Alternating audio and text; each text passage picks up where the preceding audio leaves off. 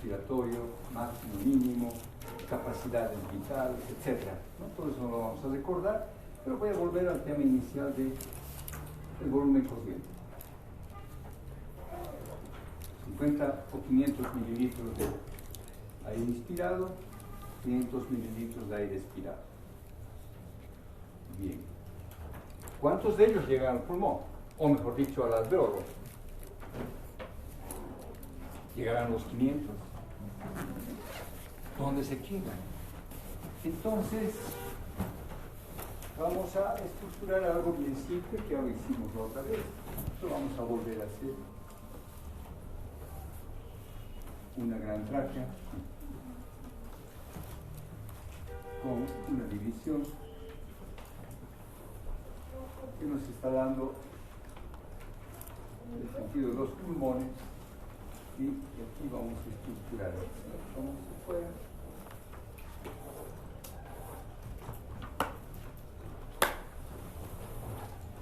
Es un diagrama, por supuesto, ¿no? Entonces, diafragmas ahí, y aquí vamos a hacer todavía algo mucho más interesante. Vamos a dibujar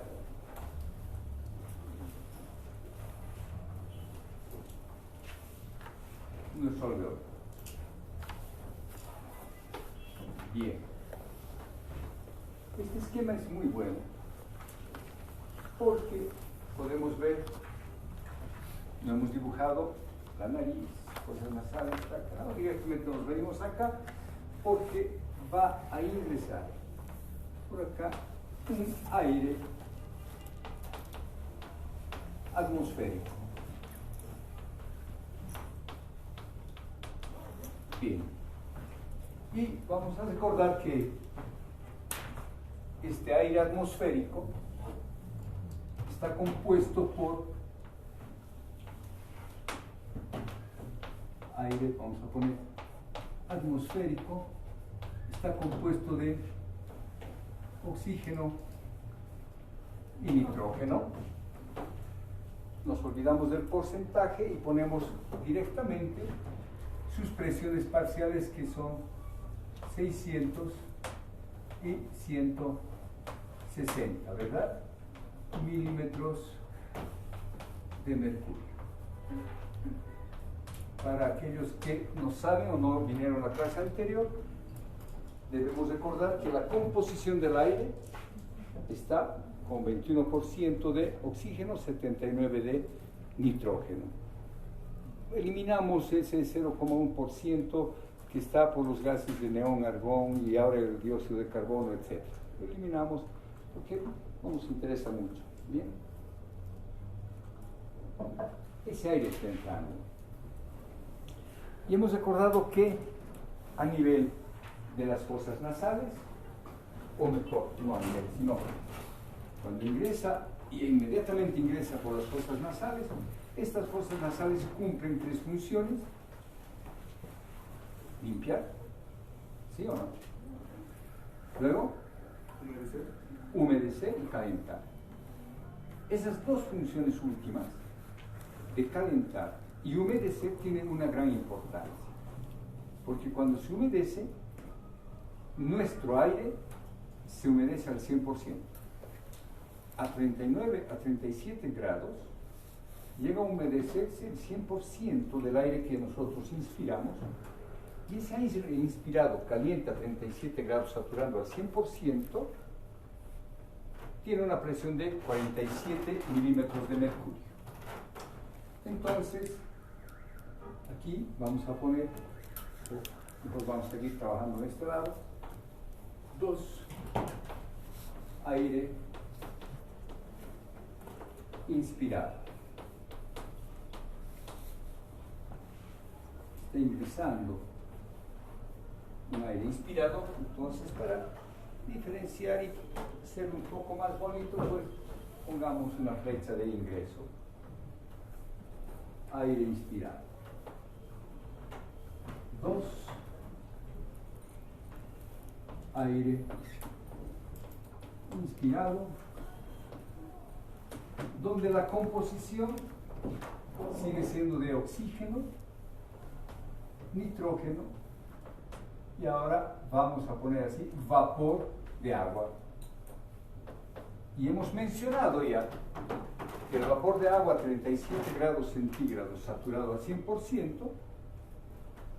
ejerce una presión de 47 milímetros de mercurio. Entonces ya hay un cambio.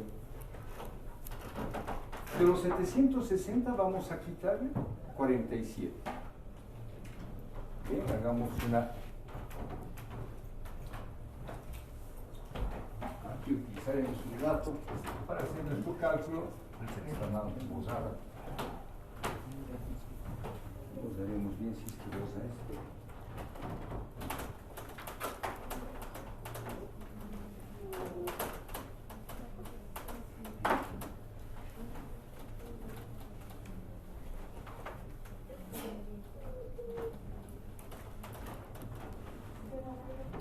Bien, entonces decimos 760 milímetros de mercurio a nivel del mar y restamos 47, que es la presión del vapor de agua.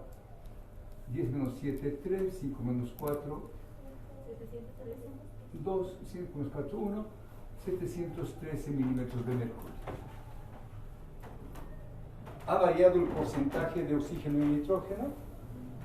No. Sigue habiendo 21% y 79% en serio, solo que se ha agregado un elemento más. Entonces, ahora vamos a ver, sobre 713, nosotros debemos sacar la presión parcial de oxígeno y de nitrógeno, considerando siempre el 21% y el 79% de su composición. Así que hagan la operación rápidamente.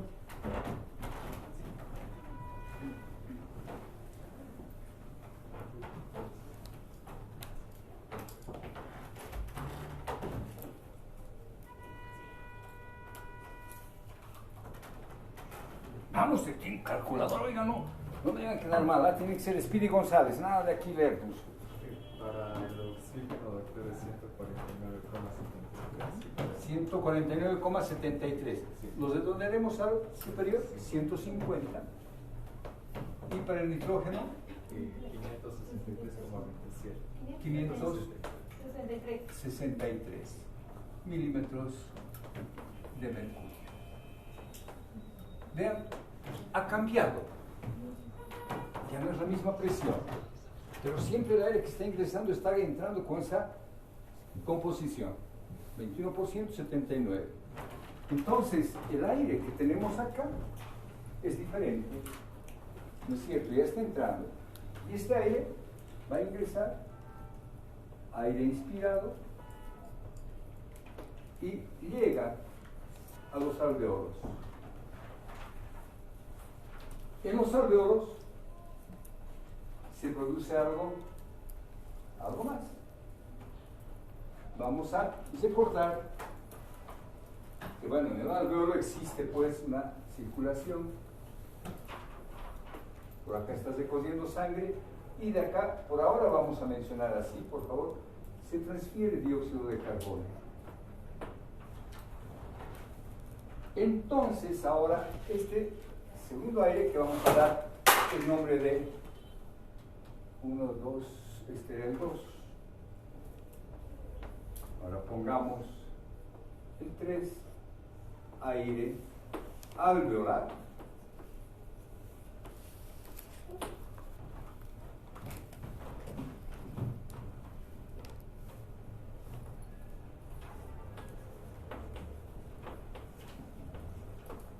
Está compuesto ahora por oxígeno, nitrógeno, vapor de agua y la presión parcial que se ha agregado el nuevo gas, ahora sí, CO2 con 40 milímetros de mercurio. El vapor de agua es 47 milímetros de mercurio. Y entonces nosotros ahora hacemos nuestra nueva regla, ya no nos guiamos con esta, sino que hacemos 760 menos 47, 713, menos 40, 3, 11 menos 4, 9, no, 7, perdón, y 673, ¿cierto? 673. Entonces ahora nosotros trabajamos con 673 milímetros de mercurio para darle al oxígeno, que tiene la misma concentración, 21%, y nitrógeno 79%, y quiero que me extraigan el resultado. ¿Qué presión ejerce?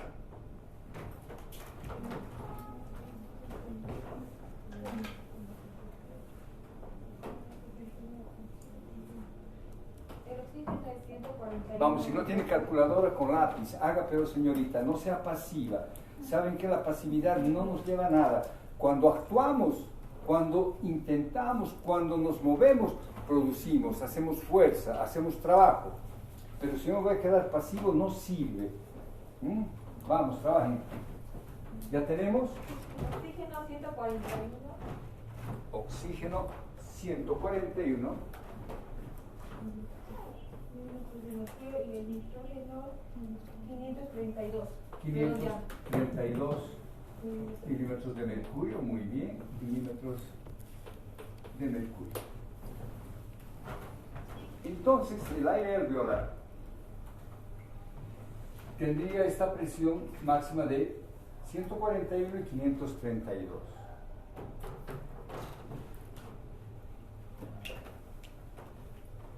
Sin embargo, vamos a hacer una pequeña modificación acá y vamos a ver que el aire alveolar en realidad es de 104. O sea, este es nuestro cálculo, porque si sumamos estamos 760. Y eso es lo que hemos hecho en nuestro cálculo real. Pero voy a poner ahora lo que se encuentra, no es esa cifra, es 104. Entonces, ¿cuál será la presión del nitrógeno? Porque tiene que dar 760. ¿Mm?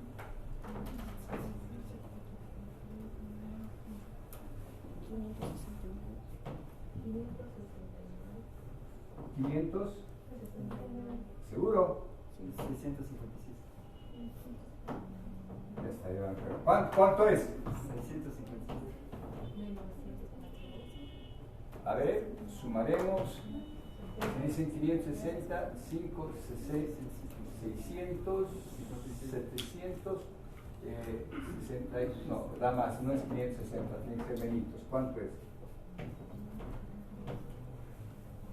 Aquí hay 87, más 100, 187, 191. Menos 760, ¿cuánto tendría que ser?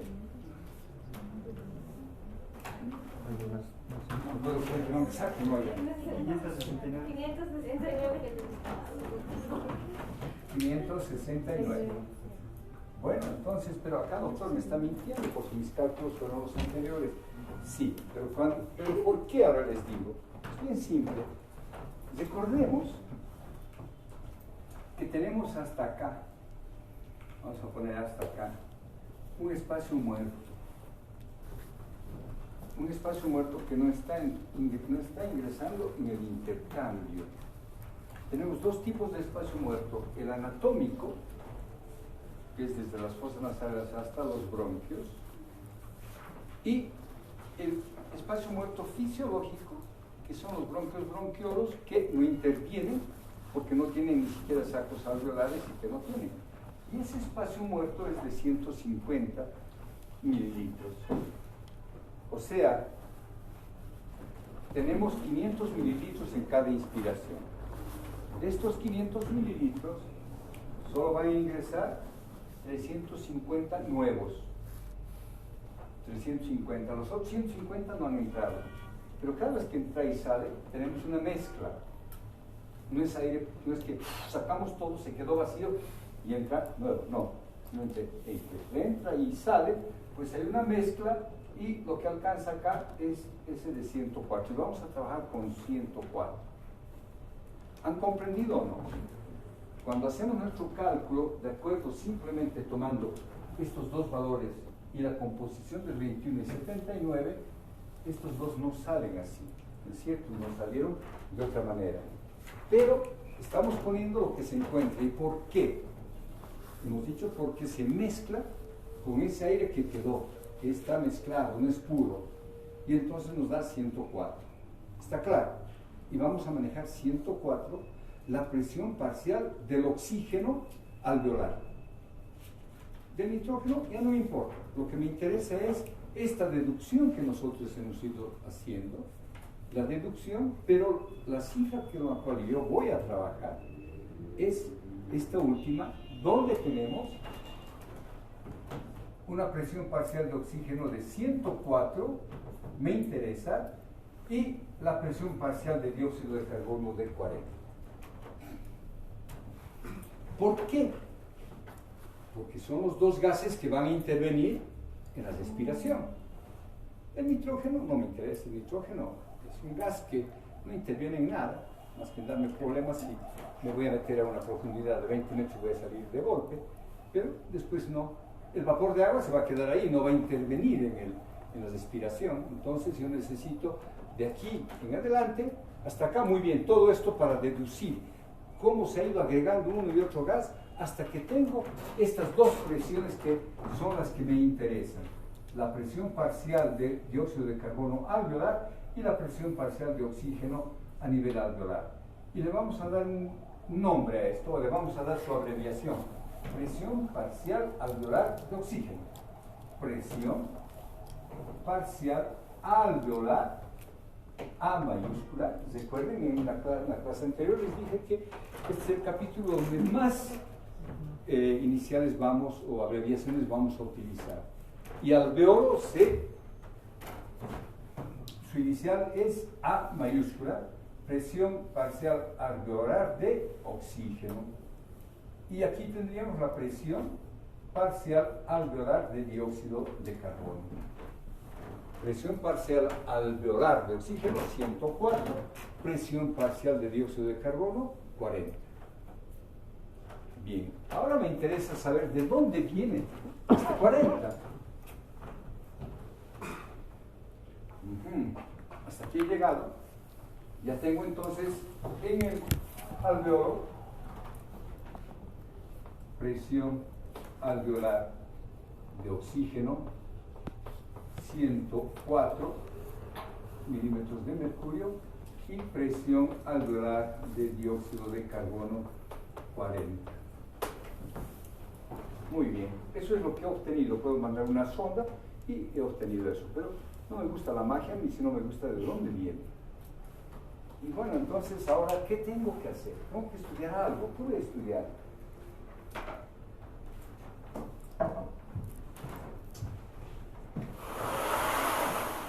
Utilizaremos esta pizarra.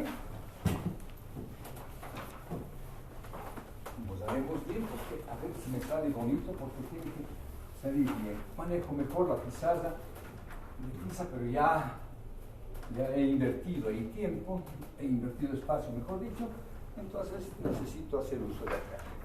¿Y cómo puedo empezar? A ver, ¿dónde empiezo para describir lo que quiero? Bien, entonces es un circuito, ¿sí o no? Es un circuito. A ver, voy a hacer un circuito. Este es un circuito. Y tengo un circuito donde está la membrana alveolo capilar. Listo. El sistema arterial. La membrana capilar. El sistema venoso.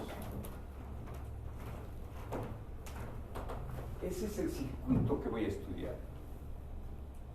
Miren qué simple, ¿verdad? Muy bonito, es muy simple. Porque este circuito me transporta oxígeno, dióxido de carbono. Eso es lo que hace este circuito. Me va a transportar oxígeno y dióxido de carbono. Bueno, entonces yo ya podría aprovechar eso, pero quisiera hacer algo mejor. Entonces, ¿cómo podríamos hacer algo mejor? El alveolo, voy a dibujar entonces una membrana alveolocapilar. Y no me voy a complicar todavía, pero más simple. Entonces, ¿cómo es mi membrana? Esta parte, vamos a amplificar la membrana alveolocapilar. De adentro, o sea,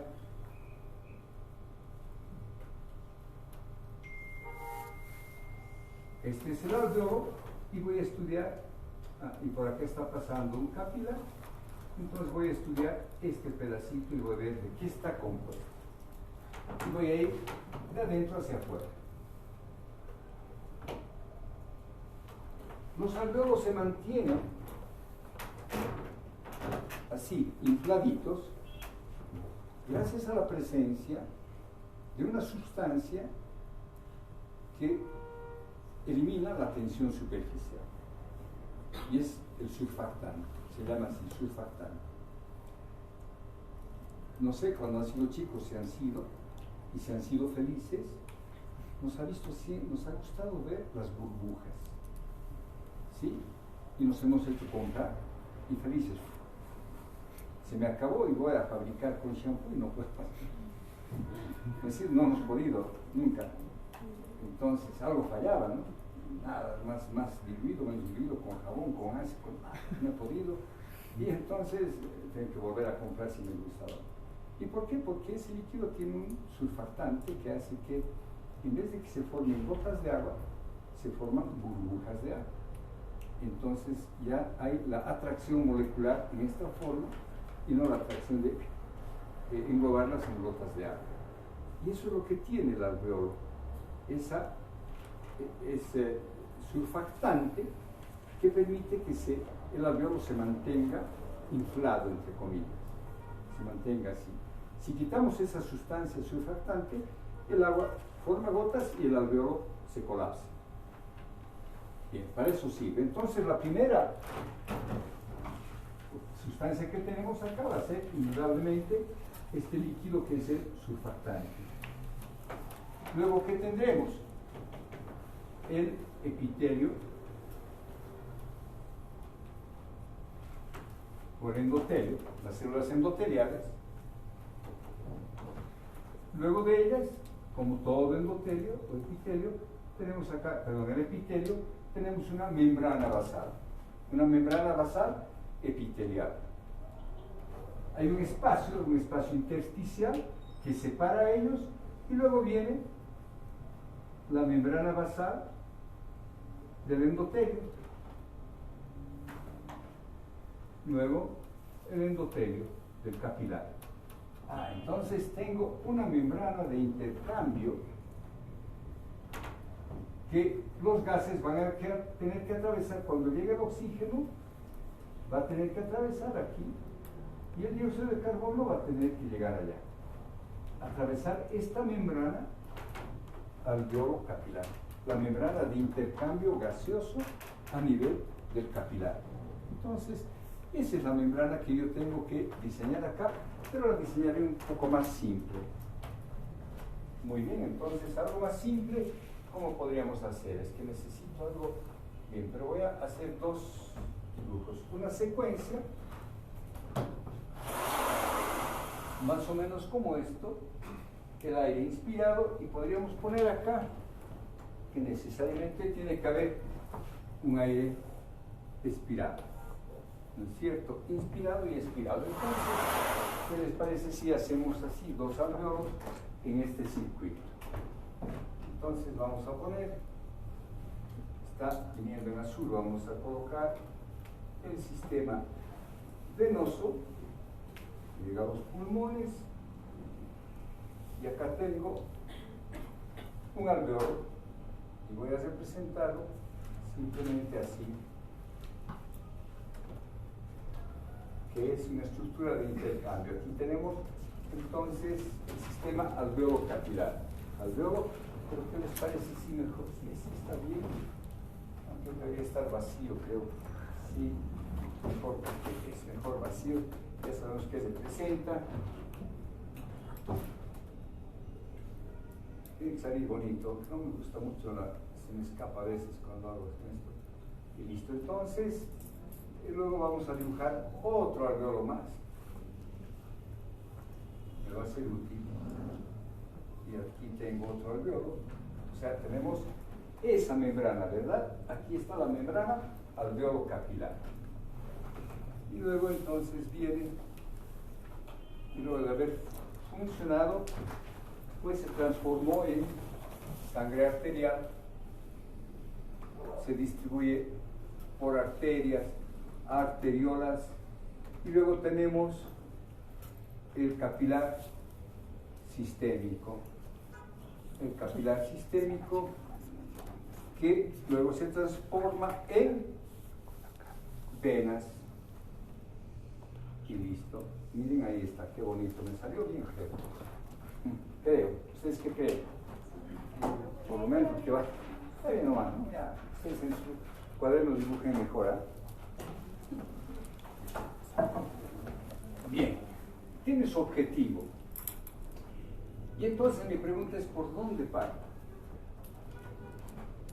En la explicación, parto por la membrana alveolo capilar o parto por el capilar sistémico. O sea, por cualquiera de los dos podría ser. He descrito acá la membrana alveolo capilar. El capilar sistémico es un poco más sencillo. El capilar sistémico, ¿qué voy a tener? Tengo el endotelio, la membrana basal y el intersticio.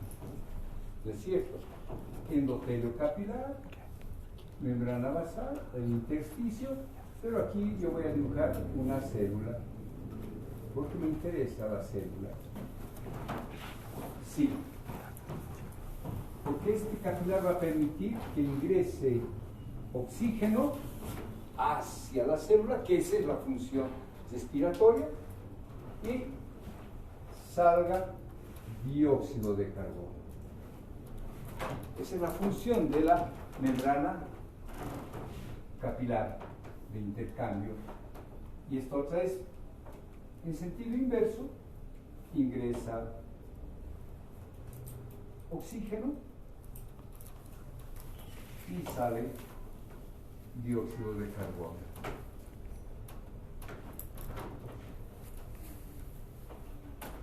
Vean qué bonito, ¿no es cierto? Está muy bien. Ojo, estamos explicando el proceso.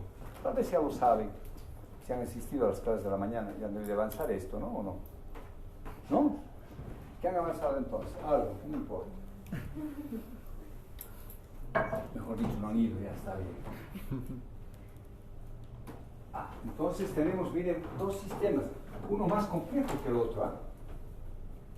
Aquí tienen que atravesar dos epitelios, un endotelio y un epitelio. O sea que esta membrana es mucho más gruesa que esta otra membrana. Y necesita que por estas membranas se difundan los gases. Bien, entonces, partiremos de acá. Partiremos de este capilar y podríamos primero circunscribirnos a uno de los gases, al oxígeno. Bien, entonces el oxígeno, y aquí viene de dónde, es que es interesante, ¿por dónde parto? Partiré por acá. Bien, llega el oxígeno, no sé todavía con cuánto llega, pero yo sé que gracias a la ley de Dalton y la ley de Henry va a haber un intercambio, un paso del gas en el ambiente gaseoso hacia el ambiente líquido y se va a transportar, va a llegar, va a ser transportado hacia el ambiente líquido gracias a esta ley de Henry por su difusibilidad, gracias a su solubilidad y difusibilidad. Bien, entonces el oxígeno ingresa y sabemos que a nivel capilar, alveolar capilar, está con 104 milímetros de mercurio. ¿Sí? Está muy chiquitito, ¿no? Escribe así. Bien, vamos a poner, ya sabemos que son, en esta ocasión vamos a poner solamente las cifras, sabemos que es en milímetros de mercurio. Entonces, a nivel alveolar, el oxígeno está con 104 milímetros de mercurio, de manera que, gracias a su difusión, a la membrana de intercambio y a la ley de Hens y Dalton, va a pasar y alcanzar la misma presión a nivel capilar. La misma presión. Y es interesante, esta presión se alcanza en 25 centésimas de segundo. En 0,25 segundos ya está saturada al 100% esa sangre. Al 100%. En 25 segundos, en el primer tercio de este alveolo, en el primer tercio ya se transfirió el 25%. O mejor dicho, el 100% en ese tiempo apenas. O sea, no tardó nada. Y el espesor de esta membrana aproximadamente es de 0,2 a 0,6 micras. Nada. Pero, pues eso es lo interesante, la superficie alveolar alcanza una cifra espantosa, 70 metros cuadrados. Esto pongamos que es 7, supongamos que es 7, sí, más o menos debe ser 7 o cuántos, ¿no? 70, tengo cada paso, 1, 2, 3, 4, 5, 7, 8, 9, 10, sí, 7 metros por 10 pongamos. La superficie de esta aula representa la superficie de todos los alveolos. 70 metros cuadrados de superficie alveolar. Son 70 metros cuadrados para intercambiar oxígeno. Para intercambiar esos 104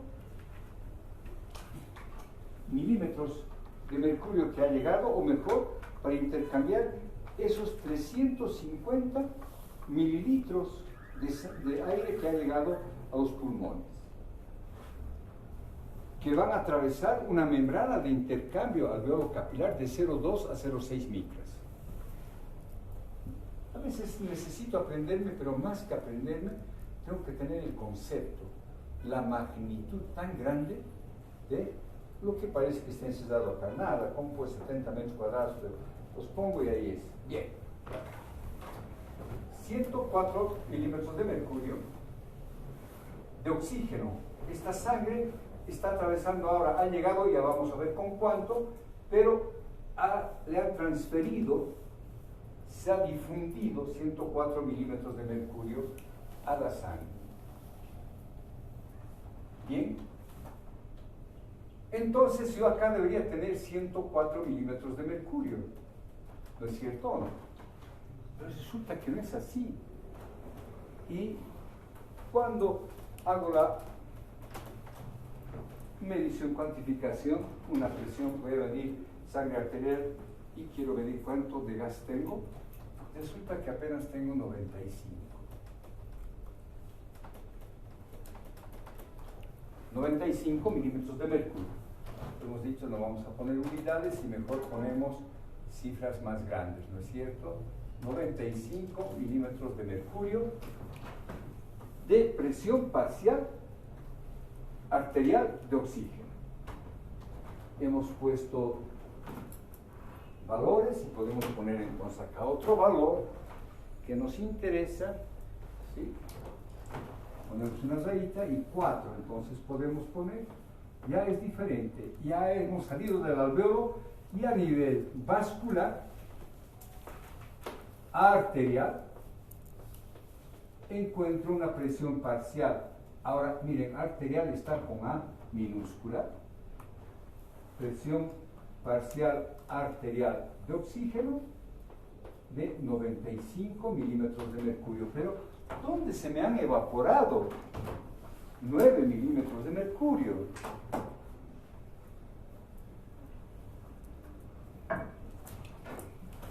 Este recogido es de sangre que va a hacer su intercambio gaseoso.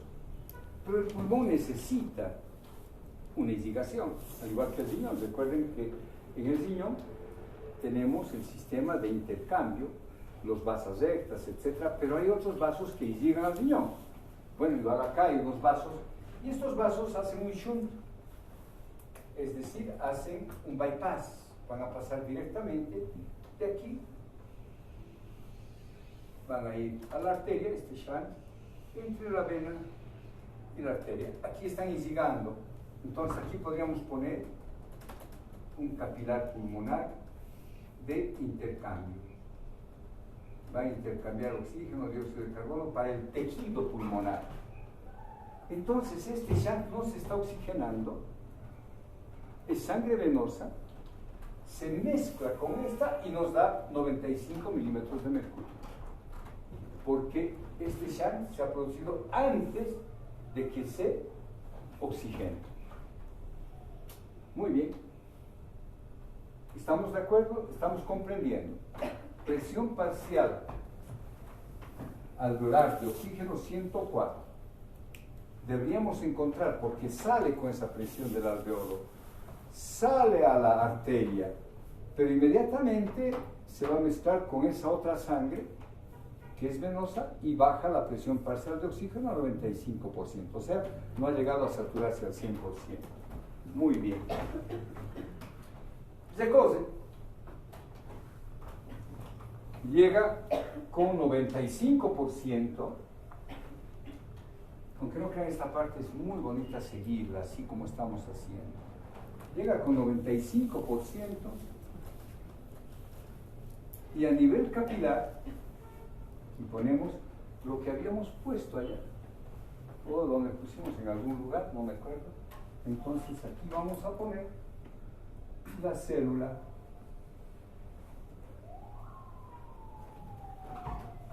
y la célula consume oxígeno y esta célula tiene 23 milímetros de mercurio de presión parcial de oxígeno, y el intersticio está con 40 milímetros de mercurio. Entonces, cuando llega el oxígeno acá, cede y va a salir con una presión parcial de 40 milímetros de mercurio. Ha transferido todo su oxígeno aquí y se ha igualado y sale con una presión parcial de 40 milímetros de mercurio. Se cose por la vena con 40 milímetros de mercurio, llega con 40 y se va a producir ahora el proceso inverso. Aquí se dio el oxígeno, salió hacia el intersticio de la célula, y cuando se torna al alveolo, entonces el oxígeno se carga otra vuelta. Muy bien. Pero resulta, ahora vamos a explicar algunas cosas. ¿Han comprendido esta parte, jóvenes? Está claro, ¿verdad? No se me han perdido, no se han quedado en el capilar, ¿no? Seguro. Muy bien. Ahora, ¿cómo se transporta el oxígeno?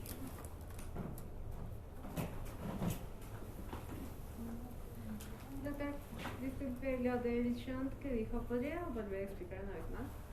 ¿Por qué pasa así? Sí, o sea, a ver. Por favor.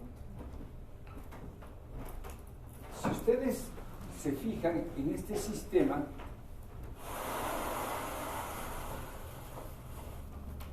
el capilar que llega, lo único que hace es intercambiar oxígeno y dióxido de carbono con el alveolo. Nada más. No es un capilar de intercambio de metabolitos.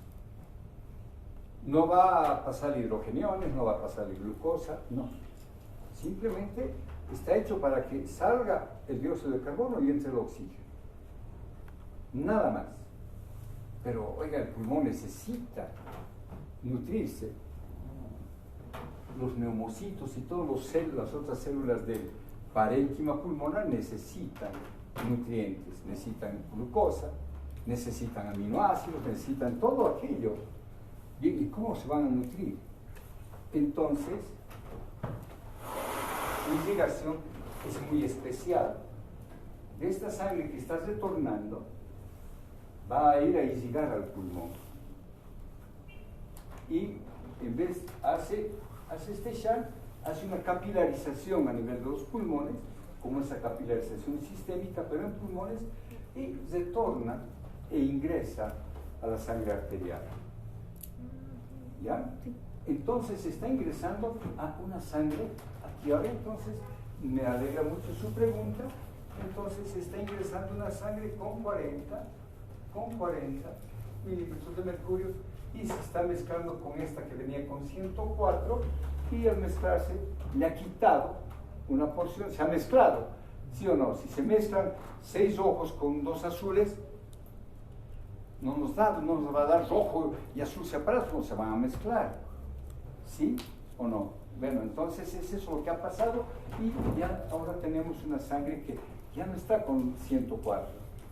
En el alveolo estaba con 104, pero a nivel de arteria, en aorta, ya está con 95. Y listo. Y la verdad es que me olvidé y no repasé a qué nivel se produce el shunt y a qué nivel ingresa. Me lo pueden repasar. Tal vez si alguien tiene un libro ahorita de anatomía, podemos desasnarnos. ¿Sí? Podemos desasnarnos. ¿Quién entra ahorita? A ver, busquemos shunt pulmonar.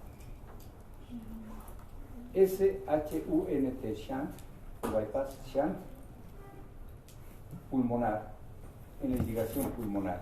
Y veamos de qué vena y a qué arteria sale. Vamos, desasnémonos. Eso me olvidé y no es de pasado. Vamos, shunt, S-H-U-N-T, shunt pulmonar. Debe estar así directamente. O pregunten al Google o al otro, al chat GPT, a ver, indican. ¿No tienen el chat ustedes? ¿Ya tienen o no? Ya pregúntenle, oye, chat, dime cómo es. ¿Ya encontraron? Shunt o bypass o irrigación del pulmón, podemos poner tal vez eso, irrigación pulmonar.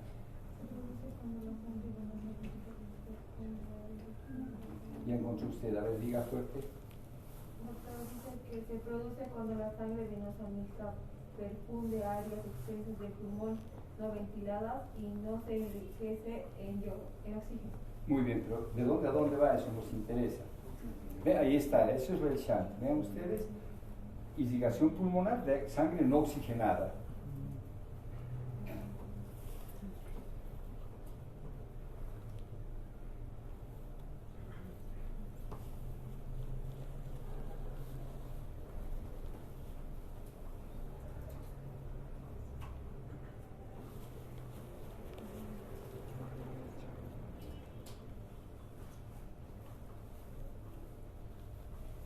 Bien, tal vez lo podemos dejar para después, si son lentos en encontrar.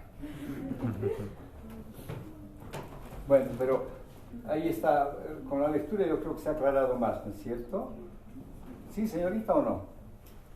¿Ya? Entonces ahí sí nos sirvió mucho, ya sabemos qué hay eso. Bueno.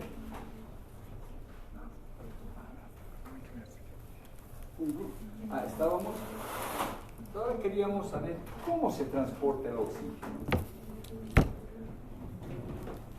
El oxígeno pasa entonces hacia la sangre y resulta que el oxígeno es prácticamente insoluble en agua y se va a transportar apenas 3 mililitros de oxígeno por decilitro de sangre. Una miseria, nada, pero sin embargo alcanza una presión parcial de 95. Bueno, entonces transporte del oxígeno.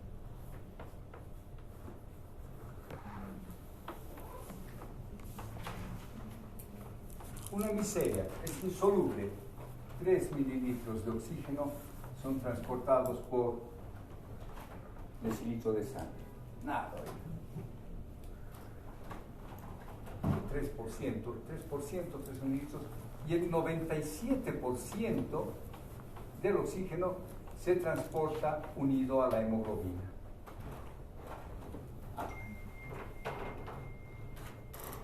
97% de la hemoglobina o del oxígeno une al oxígeno.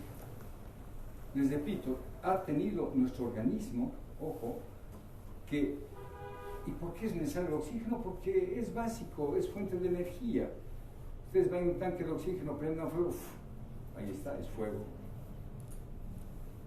¿Y qué hace el oxígeno? Pues interviene en la reacción, glucosa más oxígeno, y sigue, es nuestro energizante. Necesitamos oxígeno para quemar a la glucosa. Y cuando quemamos glucosa nos da dióxido de carbono más agua. Bueno, entonces para esa energía necesitamos oxígeno. Y el oxígeno abunda, sí, 21%. ¿Y cómo voy a transportar si este desgraciado es insoluble? Entonces ideó una forma de transportarla, generó una molécula, la hemoglobina, transportadora, que además sirve como tampón. Sí, habíamos visto ya que es un tampón, ¿no es cierto? Una sustancia que aminora el pH. Bien, 97% de transporte a la hemoglobina. ¿Pero cuánto transporta? Podemos sacar. A ver, veremos. ¿Qué cantidad de hemoglobina tengo en la sangre? Ya su memoria no la siempre es tan corta, 15 gramos por decilitro. Uy, no vengan a negar, a 15 gramos por decilitro. Esta sí, si la saben, me voy a sentir contento. Porque se ha dado en teoría, hemos preguntado a mi grupo al menos alguna vez. Y 1 gramo de hemoglobina, ¿cuántos mililitros de oxígeno transporta? 4 mililitros. 1.34, cerquita, muy bien, bravo, me alegra mucho. 1 gramo de hemoglobina transporta 1.34 mililitros de oxígeno. Bien. Entonces, ¿cuántos mililitros de oxígeno se transportan por decilitro?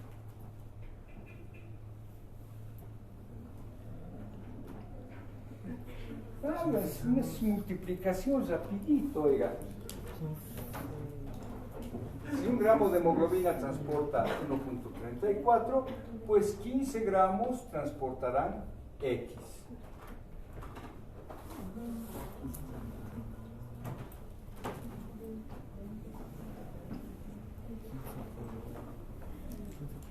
¿20 o no? 20 tipo tantos. Y entonces, en 1 decilitro existen ¿cuánto? 20 ¿qué? Mililitros de oxígeno. Eso es lo que transporta. Esa cantidad de volumen de oxígeno transportan los glóbulos rojos. 20 mililitros de oxígeno por decilitro de sangre, por decilitro de glóbulos rojos. Ahí está, miren qué interesante. Esta es la cantidad comparado con los 3 mililitros disueltos. Es nada, ¿no es cierto? 3 mililitros disueltos ahí. No, realmente es insoluble. Y con esto logra 20 mililitros. Cuando, ojo, está saturada al 100%.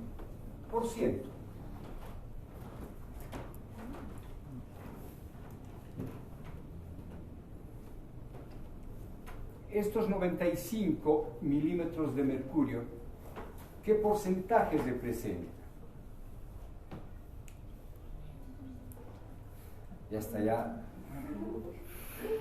una marea, ya, un tsunami de conocimientos.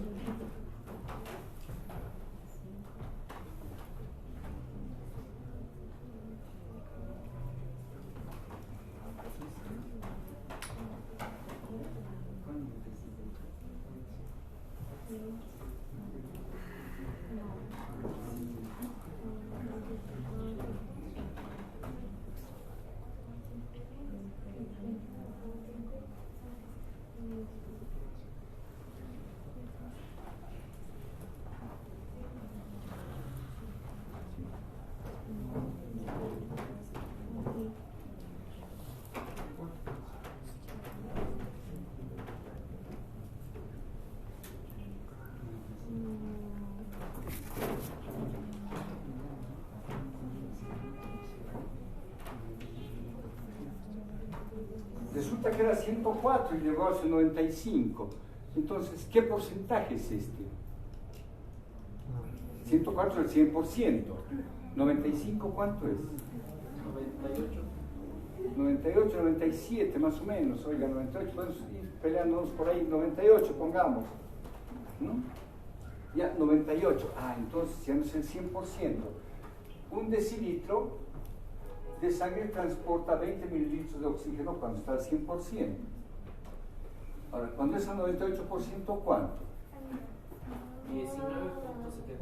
19.76 y vamos a ver en los libros 19.4, porque hay una peleita de ahí del 90. A ver, calcula el 97%.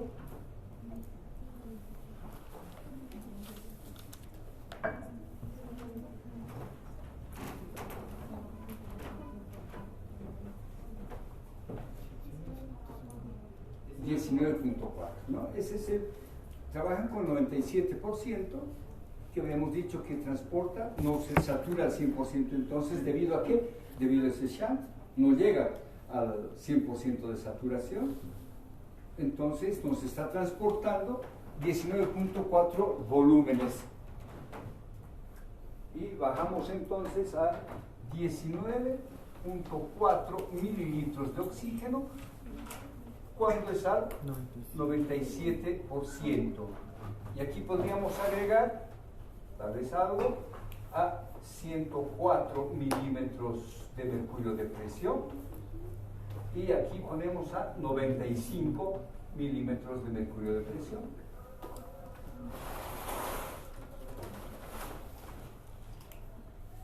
Bien, entonces el oxígeno se transporta primordialmente acoplado a la hemoglobina, formando la oxihemoglobina.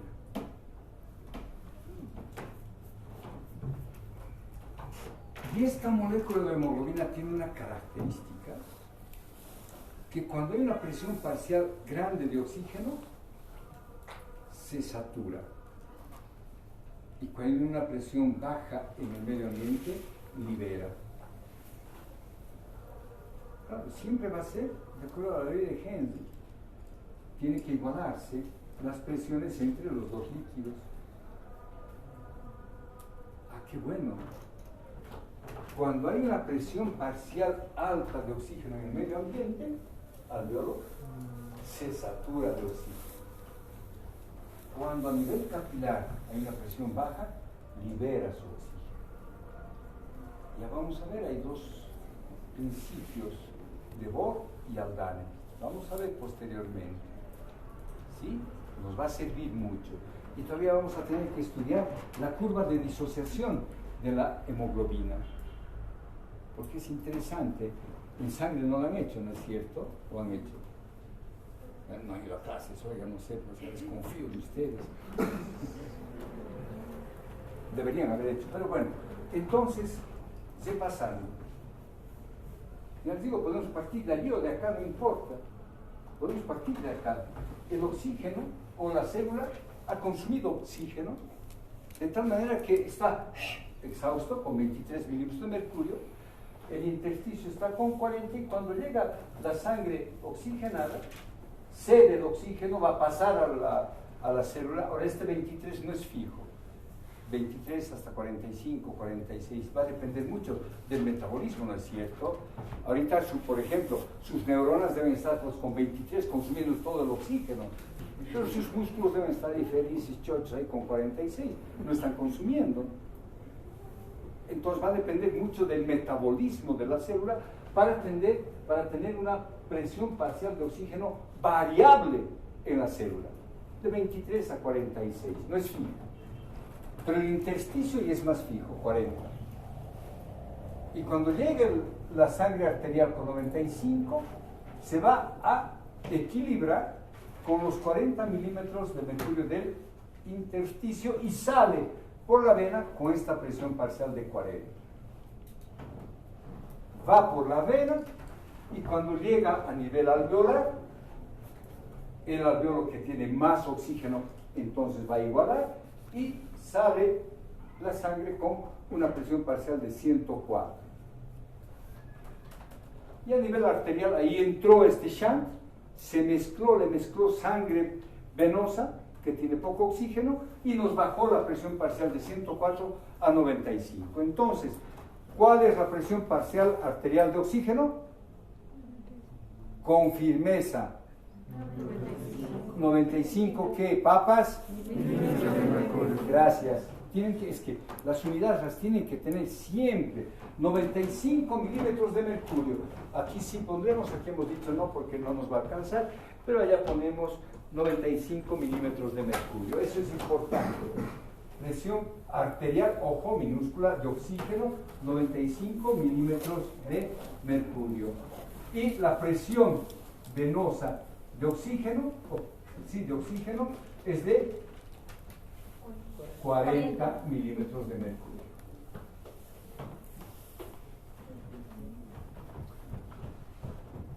Cuando estudiemos la curva de disociación, vamos a ver lo fantástica que es la hemoglobina. Porque acá hay un gran descenso, ¿no es cierto? Más del 50% ha sido consumido, un descenso de la presión parcial bajísima. Pero la saturación de la hemoglobina no llega tan bajo. Es una curva fabulosa. 90, 60, 90 si quieren ustedes. Así de fabulosa es, oigan, esa curva, porque gracias a esa hemoglobina nosotros en la altura no nos desaturamos. Porque si no, pues estuviéramos fregados, porque acá es más bajo. Muy bien. ¿Hemos comprendido el transporte de oxígeno? Muy bien. Ahora vayamos al dióxido de carbono. En este nuestro circuito, y también podríamos partir de la célula, ¿no es cierto? No tanto del pulmón, sino más bien de la célula, a diferencia del oxígeno que estamos metiendo. Es el oxígeno que va a entrar y va a ir a todo ese circuito. Con el dióxido de carbono es lo contrario, donde se ha producido en la célula. Y entonces la célula es diferente, y vamos a dibujar una célula diferente. Entonces, aquí, ahí tenemos una célula que está produciendo dióxido de carbono. Dióxido de carbono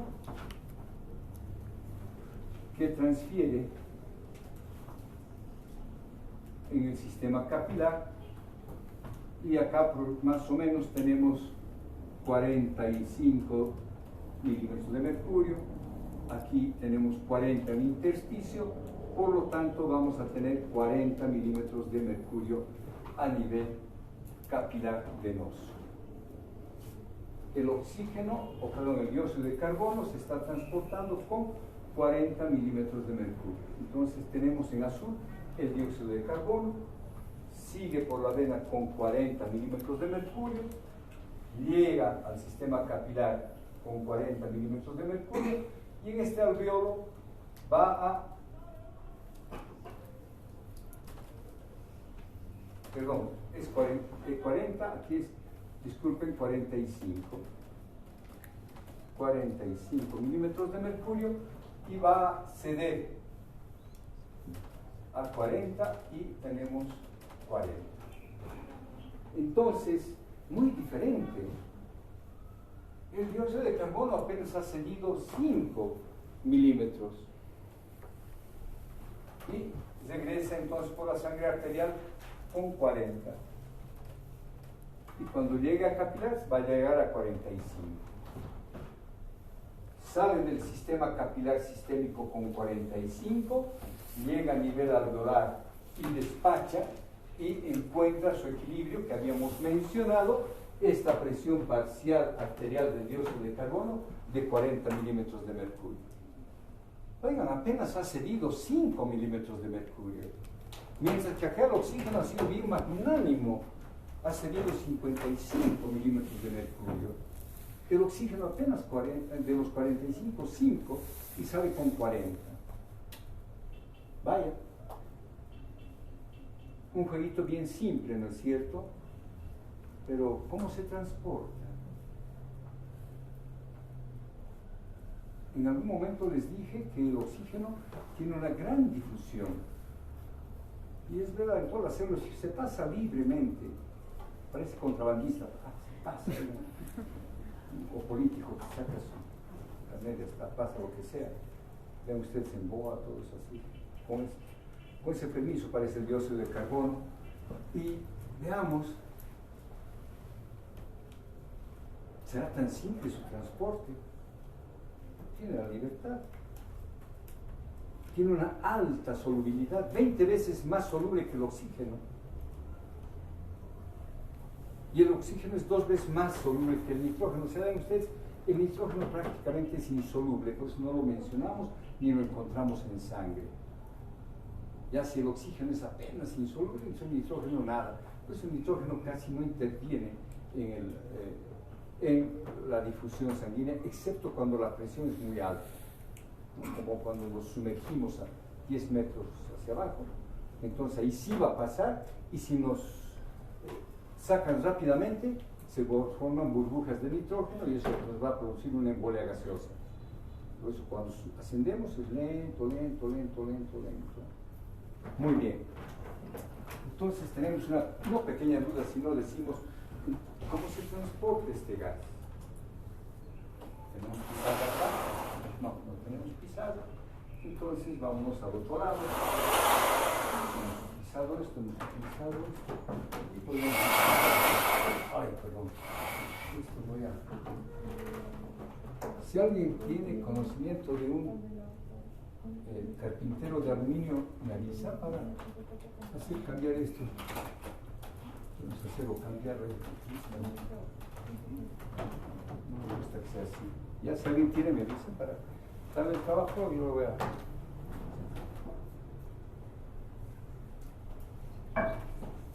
Muy bien. Dióxido de carbono.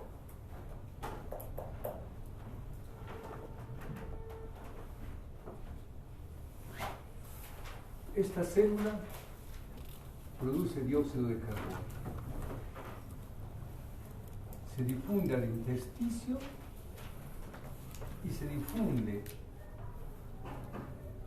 al sistema vascular. CO2, alta difusibilidad. Es altamente soluble, muy soluble. Bien. Y en la sangre tenemos varias cosas. Por una parte tenemos unos glóbulos rojos.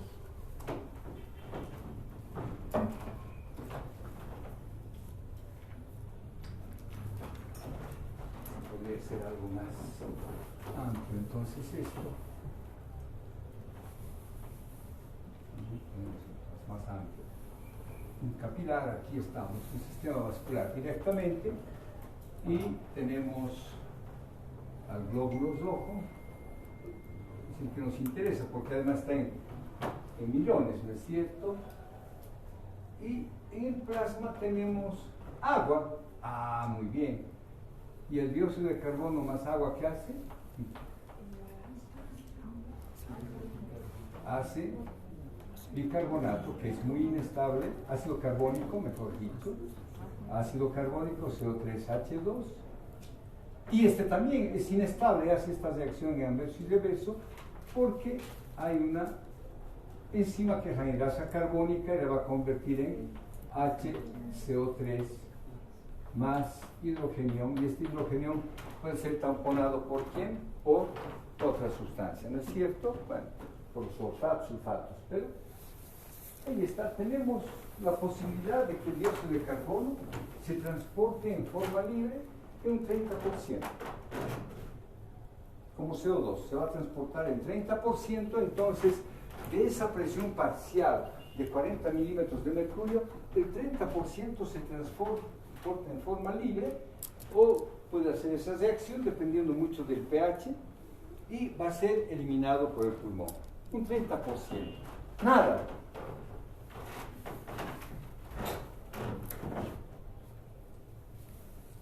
Vaya, entonces el resto, ¿cómo? Un pequeño porcentaje como bicarbonato, o como bicarbonato el 30%, como CO2 libre mucho menos, como bicarbonato el 30%, corrijan, y como CO2 libre muy poco, porque rápidamente se forma en bicarbonato. El bicarbonato va a ir al riñón, va a producir el equilibrio ácido-base, el electrolítico, lo que hemos visto, ¿no es verdad? Entonces, es más que como CO2 nos interesa como bicarbonato, porque ese es el que va a pasar. Muy bien, entonces como bicarbonato el 30%, como CO2 libre muy poco, pero el otro 70%, bueno, entonces el otro 70%, este CO2 va a ingresar al glóbulo rojo. Y bueno, eso me obliga entonces a amplificar a este glóbulo rojo. Vamos a ponerlo grandote ahora, más grande todavía. Entonces me va a atacar. Este glóbulo rojo es bien bonito, ¿no? Bicóncavo. Ahí está, un glóbulo rojo, amplificado. Para que no, hasta los que no tienen buena vista pueden ver bien. Entonces ingresó acá el dióxido de carbono. Y acá también tenemos la anhidrasa carbónica. Hay agua, entonces lo primero que hace es unirse al agua. Y por la anhidrasa carbónica se ha unido y nos forma el ácido carbónico y nos forma el bicarbonato más un hidrogenio. Voy a invertir esto un ratito, disculpen. Vamos a poner primeramente el hidrógeno más el ácido carbónico. ¿Y por qué? Veamos si es importante. Interrumpo, si no es importante, no. ¿Por qué he hecho así? Porque resulta que este ácido carbónico, mediante un cotransporte con cloro, va a salir al plasma. Más cloro entonces. El cloro que había aquí sale. Cotransporte. Pero hemos dejado un hidrógeno libre. Y recuerden que les había mencionado anteriormente en otra clase cuando hicimos renal que la hemoglobina es una sustancia tampón. ¿Sí? Y como sustancia tampón, entonces, ¿qué hace? Es una buffer, sustancia tampón, capta el hidrógeno para bajar la acidez. Y entonces, este hidrógeno se va a unir a la hemoglobina, al grupo amino de la hemoglobina, y nos va a formar la carbaminoglobina.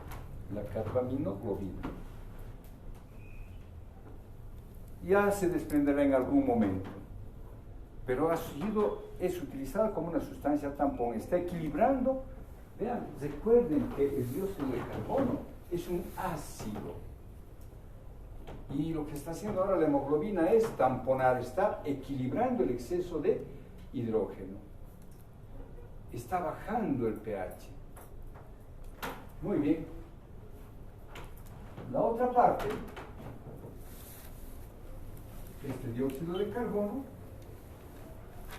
se va a unir a la hemoglobina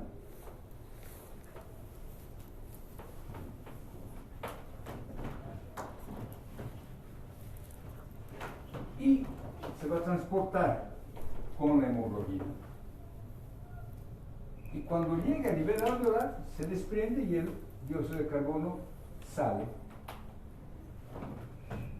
Entonces tenemos una forma, y esta reacción también puede ser hacia este lado, va a depender mucho el equilibrio, pero lo cierto es que el glóbulo rojo está transportando el 70% del dióxido de carbono. Y se une a la hemoglobina, se une al dióxido de al agua, forma ácido carbónico, forma bicarbonato, une el hidrógeno a la hemoglobina, equilibra el pH, el otro dióxido de carbono sale por su alta difusibilidad y, recuerden, simplemente por diferencia de presiones, porque en el alveolo no había nada, cuando llegó el alveolo estaba limpiecito de dióxido de carbono, y entonces pues el dióxido de carbono sale libremente con sus 40 milímetros de mercurio de presión, o con 45, hasta equilibrar, sí, 40, apenas ha salido 5. Pero se ha transportado todo lo que ha podido. Miren qué increíble. El dióxido de carbono tiene una alta solubilidad, una alta difusión, sin embargo su transporte es más complicado que el del oxígeno. El oxígeno es más simple, se unió a la hemoglobina y ya está, muy feliz y contento. El dióxido de carbono no, tiene que hacer reacciones químicas y cuando pasa por el riñón, bueno, pues ahí se une más y forma el ácido carbónico y recuerden cuánto se absorbe del ácido carbónico en el riñón. El 85% en el túbulo contorneado proximal se hace absorbido, ¿sí? Y se une con hidrogeniones y va a formar con el nitrógeno ureico, con la urea. Ahí está el equilibrio ácido-base a nivel renal. Y el equilibrio ácido-base a nivel pulmonar está dado por la hemoglobina y por el dióxido de carbono que hace las reacciones gracias a la anhidrasa carbónica, con el agua y nos forma ácido carbónico y bicarbonato. 70% de transporte del oxígeno o del dióxido de carbono mediante el glóbulo rojo, unido a la hemoglobina y haciendo estas reacciones. Es una preciosura, ¿no? Es increíble cómo se ha transportado el dióxido de carbono. Y el dióxido de carbono, recuerden, es ácido, no es alcalino, es productor de hidrogeniones. Porque cuando se une al agua ya está formando ácido carbónico, débil pero ácido carbónico. Y con su otra reacción inmediatamente liberó el hidrogenio, que es ácido y necesita ser tamponeada por la hemoglobina en este caso. Y en el riñón con los fosfatos, los uratos, ¿sí? O unidos simplemente al agua y listo, se forma otra vuelta, CO2 más agua y el CO2 ingresa y el agua se elimina. Podemos hacer, yo creo, una clase después de este equilibrio, ahora unir la parte renal y la parte respiratoria para ver cómo se produce el equilibrio ácido-base en ambos, ¿no es cierto? Ya tenemos ahora el concepto global, ya tenemos cómo interpretar la ecuación de Henderson-Hasselbalch, ¿sí? El equilibrio entre dióxido de carbono y ácido carbónico. Ese es el equilibrio de Henderson-Hasselbalch. El dióxido de carbono a nivel pulmonar y el ácido carbónico a nivel renal, porque es el único productor de hidrogeniones, es el que nos interesa eliminarlo, que viene en la dieta de hidrogeniones. Hemos mencionado, nuestro organismo se alimenta primordialmente con ácidos, las proteínas son ácidas, ustedes carnívoros son ácidos, oiga, pero no se vuelvan amargos, sean siempre sonrientes, oiga. Yo seré serio, pero no soy amargado. ¿O no? ¿Qué opina usted? No sabe qué decir. No sabe tesoro ahí. No sabe qué opinar, no importa. Bien, ¿qué más me falta de esto? Entonces hemos visto, sí, oigan, hemos hecho la parte más fundamental. Ya luego podemos ver el equilibrio de la FiO2, que al doctor Monge le gusta mucho esa parte del problema, que es aplicado en la práctica, en hospitales, ¿no? En la vida diaria de nosotros, ¿no? Pero vamos a repasar eso.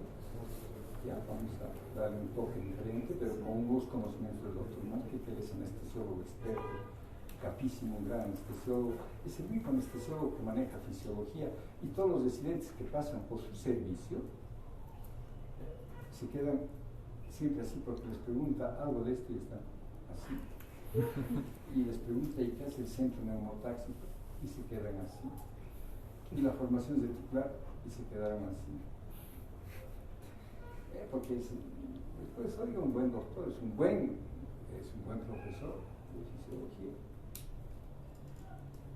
Y les comento así entre nosotros, cuando éramos más jóvenes y cuando él entró, fue el único docente que asistió a mis clases todo el año, porque yo también en muchas ocasiones ya di todo el año. Cuando regresó, asistió el único docente que asistió a todas mis clases. Y siempre me dice, Juan Carlos, gracias a ti he aprendido neurofisiología, y eso en mi carrera, porque la anestesiología maneja el sistema nervioso, no maneja el hígado. No, la anestesiología está sobre el sistema nervioso. Y ahí es el único que sabe cómo funciona realmente la anestesia a nivel del sistema nervioso. ¿Es esto o no? Z, tanto de esto, listo. Es un gas para esto. Listo, hombre, ya, vete.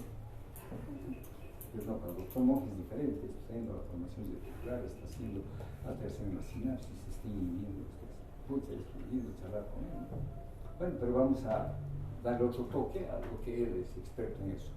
Nos interesa el cálculo de la FiO2, pero con esto estoy conforme y contento. ¿Tiene alguna duda, señorita?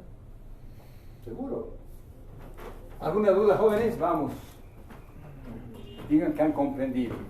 Hemos comprendido. Muy bien, ahora tienen que se pasar y aprender de memoria y saber muy bien, porque este es el fenómeno básico, importante. No es tan básico, está todo lo que debemos saber de intercambio, de todo lo que sabemos debemos saber de lo que hace el pulmón. Miren, este simple hecho de inspirar, expirar, inspirar, expirar, es tan sencillo para nosotros que no nos damos cuenta. Sin embargo, es lo que nos mantiene vivos.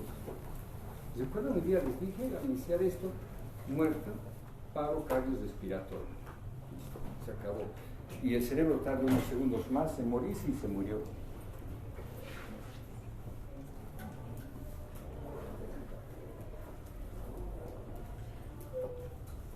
Sí, pararemos acá. Tenemos martes y jueves, todavía no, 2 clases más. Y podemos darnos el lujo así de... Vean, hemos avanzado bastante.